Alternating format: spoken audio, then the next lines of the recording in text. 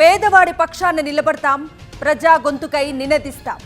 Voice of voiceless, తెలుగువారి మనస్సాక్షి సాక్షి TV.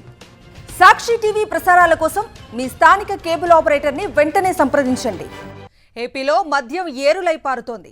గతంలో ఎన్నడూ కనీవిని ఎరగనంత స్థాయిలో ప్రజలతో మద్యం తాగిస్తోంది ప్రభుత్వం.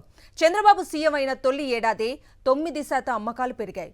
ఈ ఆర్థిక సంవత్సరం తొలి 3 నెలల్లోనే లిక్కర్ 24%, బీర్లు 129% అమ్మకాలు పెరిగాయి. ఒకవైపు ధరల వాత పెడుతూ, మరోవైపు ఎనీ టైం మద్యం అందిస్తూ పేదల రక్త మాంసాలను చంద్రబాబు ప్రభుత్వం పీల్చి పిప్పి చేస్తోంది. చంద్రబాబు ప్రభుత్వం బ్రాందీకి బ్రాండ్ అంబాసిడర్ గా, చీప్ లిక్కర్ కు చీఫ్ ప్రమోటర్ గా మారిపోయింది. తమకు ముడుపులొస్తే చాలు, మహిళల మంగళ సూత్రాలు తెగిపోయినా పర్వాలేదు అన్న ధోరణిలో మద్యాన్ని ఏరులై పారిస్తుంది. ఈ ఆర్థిక సంవత్సరం తొలి 3 నెలల్లో లిక్కర్, బీర్లు కలిపి 168 లక్షల కేసులు తాగించారు. 7,890 కోట్ల విలువైన మద్యం వ్యాపారం సాగింది. గత ఏడాది కంటే మద్యం మీద 14.2% ఆదాయం పెరిగినట్టు ప్రభుత్వం చెబుతోంది.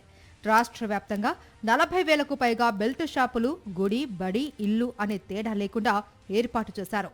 మద్యం షాపులను ఎనీ టైం మద్యం సెంటర్లుగా మార్చేసింది.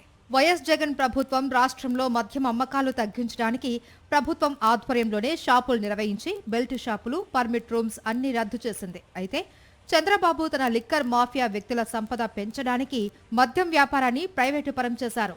ఊరూరా, వీధి వీధిన బెల్ట్ షాపులు వెలిశాయి.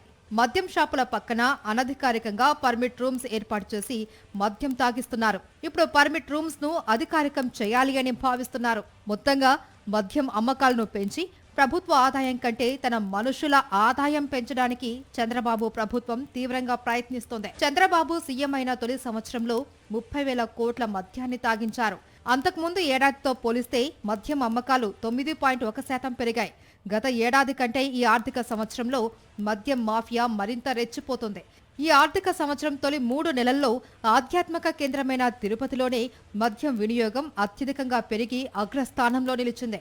బెల్ట్ షాపులు, పర్మిట్ రూమ్లు, డే అండ్ నైట్ అమ్మకాలు, బార్లలో సమయపాలన లేకపోవడంతో మద్యం అమ్మకాలు విపరీతంగా పెరుగుతున్నాయి. 99 రూపాయలకే అత్యంత నాసిరకమైన చీప్ లిక్కర్ ని అమ్మడంతో తాగుబోతుల సంఖ్య అమాంతం పెరిగిపోయింది.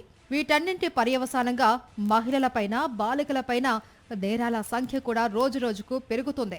చంద్రబాబు పాలనలో లిక్కర్ కుంభకోణం ఏ రేంజ్లో జరుగుతుందో ఈ విచ్చలవిడి అమ్మకాలే తెలియజేస్తున్నాయని ఎక్సైజ్ అధికారులే చెప్తున్నారు.